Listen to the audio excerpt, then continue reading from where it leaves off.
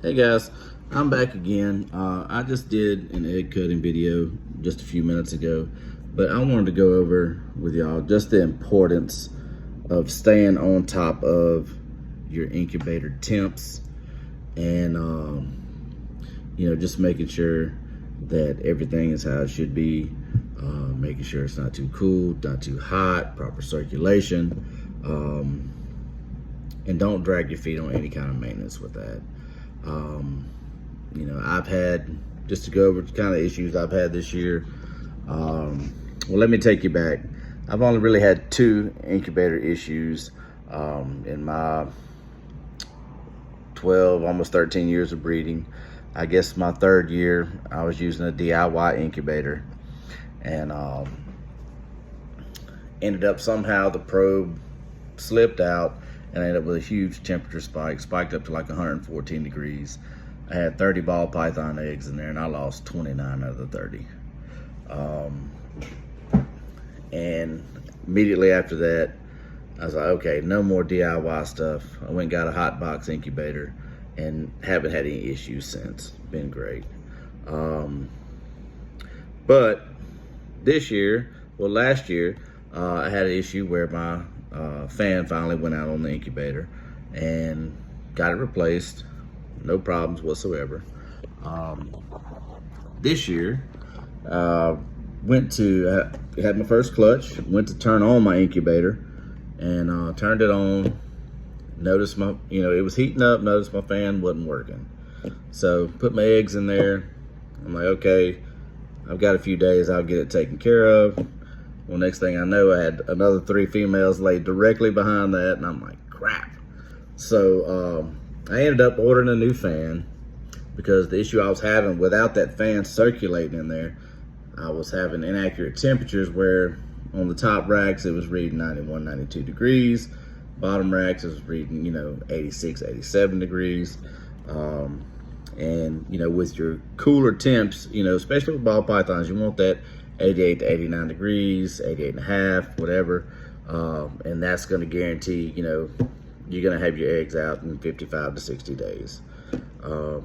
With the cooler temps, even if it's just, if you're running 87, 86, it could push it, hatching by a week, 2 weeks, whatever the case may be. With the high temps, you would think, okay, well, if I run a higher temp, 90, 91 degrees, well, the eggs gonna hatch sooner. That's not the case. All right, so I ended up getting my new fan and got it hooked up, got it going. Then started having a few troubles, lost power a couple times this summer. And then the fan wasn't wanting to come back on after the power surge. And probably, went a week with the temp spikes and stuff like that. And with that temp spikes, what I firmly believe that it's done is, out of my 9 clutches I had this year, I ended up with probably 4 out of those 9 clutches. I ended up with some babies with kinks in them, and that's basically just developing too fast. So I mean, if you have a baby that has 1 kink, it may not be too bad. Hey, it's eating good, it's digesting good, having bowel movements great, and fine. Then you're looking at giving it away as a pet or something like that to somebody that is not going to breed it. But also, whenever you have the ones with the major kinks, then you run into issues where you end up having to euthanize these babies. And that's really the only humane thing to do.